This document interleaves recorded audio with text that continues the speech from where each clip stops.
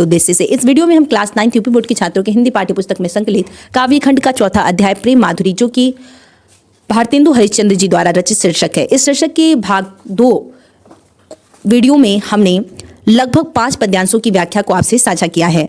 आगे हम 6वां पद्यांश और 7वां पद्यांश की व्याख्या को साझा करेंगे। आशा करते हैं कि यह वीडियो आपके लिए बहुत ही महत्वपूर्ण सिद्ध होगा। आइए देखते हैं आगे की पद्यांशों की व्याख्या को। इससे पहले अगर आपने हमारे वीडियो को नहीं देखा है, भाग 1 और भाग 2 को, तो आप हमारे प्लेलिस्ट में जाकर उस वीडियो को देख सकते हैं। अन्यथा आप कमेंट सेक्शन में कमेंट कीजिए, वहां हम आपको लिंक प्रोवाइड कर देंगे। आइए देखते हैं 6वें पद्यांश की व्याख्या, जो कि इस प्रकार है। सखी आयो बसंत ऋतुन को कंत, चहु दिसी फूल रही सरसों, बर शीतल मंद सुगंध समीर सतावन हार भयो गरसों।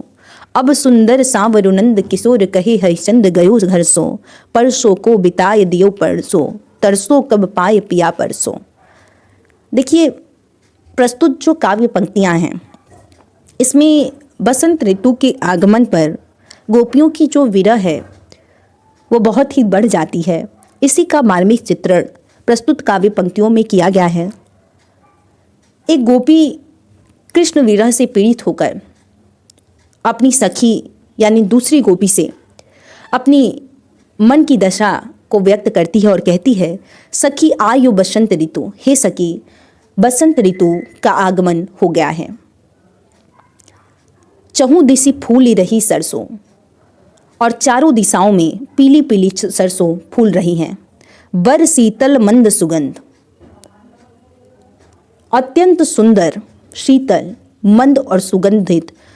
समीर सतावन हार भयो गरसो, समीर मतलब किंतु सतावन हार भयो गरसो, यह जो बसंत की तमाम परिवर्तन है, यह हमें सतावन मतलब सता ही रहा है, कष्ट ही दे रहा है कृष्ण के बिना।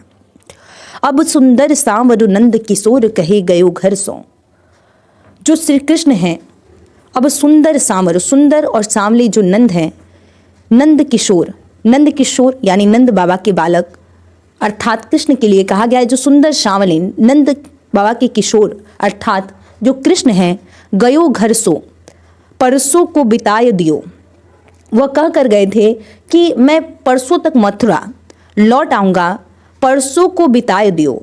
उन्होंने परसों तो बिता ही दिया, बरसों तरसों कब पाए पिया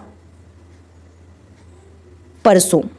कहते हैं कि उन्होंने कहा था कि मैं परसों तक मथुरा से लौट आऊँगा, परंतु उन्होंने परसों के स्थान पर न जाने कितने वर्ष व्यतीत कर दिए और अभी तक लौट कर नहीं आए। मैं तो अपने प्रियतम कृष्ण के पाय पिया चरणों का स्पर्श करने के लिए तरस रही हूँ, पता नहीं कब उनके दर्शन हो सकेंगे।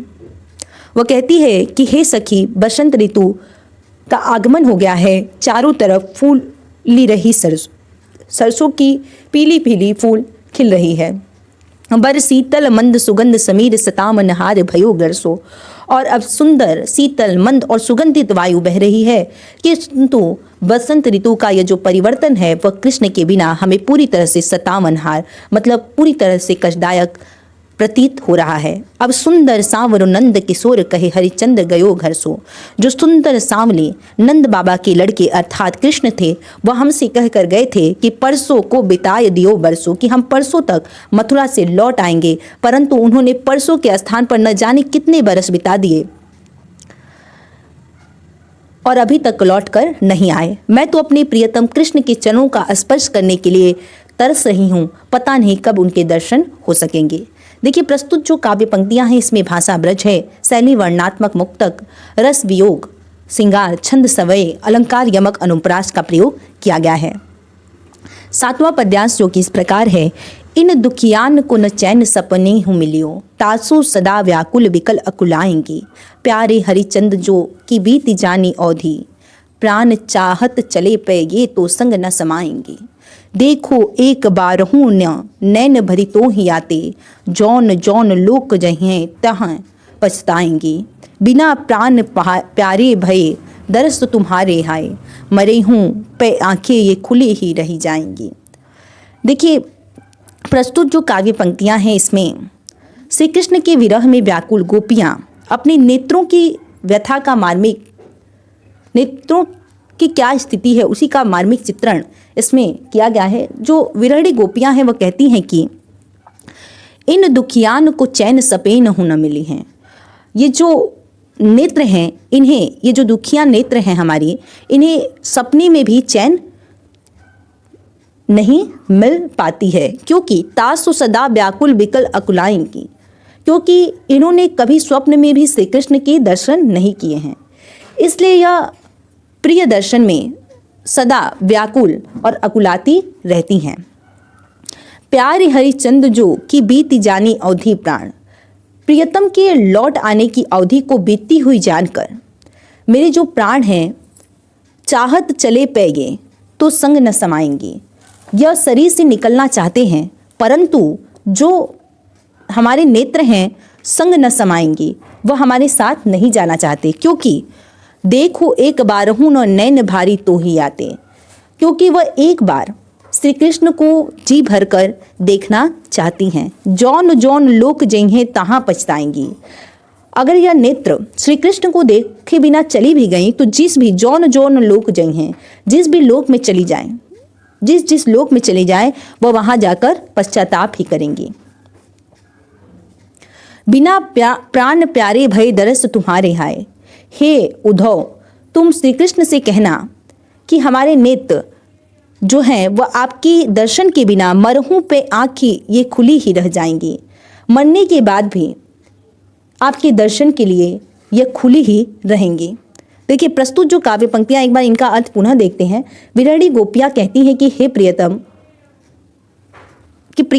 हे उद्धव, जो प्रियतम कृष्ण हैं उनके विरह में आकुल इन नेत्रों को स्वप्न में भी चैन नहीं मिलता है। चैन मतलब शांति नहीं मिलता है। यह सदा व्याकुल रहती हैं कृष्ण के दर्शन के लिए, और जैसे जैसे श्री कृष्ण के आने की अवधि बीत रही है, हमारे जो प्राण है वह शरीर से जाना तो चाहते हैं, परंतु जो हमारी आंखें हैं वह शरीर के साथ, प्राण के साथ नहीं जाना चाहती हैं, क्योंकि वह जाने से पहले देखो एक बार हूँ न नैन भरी तो ही आते। वह एक बार इस संसार से विदा लेने से पहले श्री कृष्ण को एक बार नैन भरी यानी आंखें भर कर देखना चाहती हैं।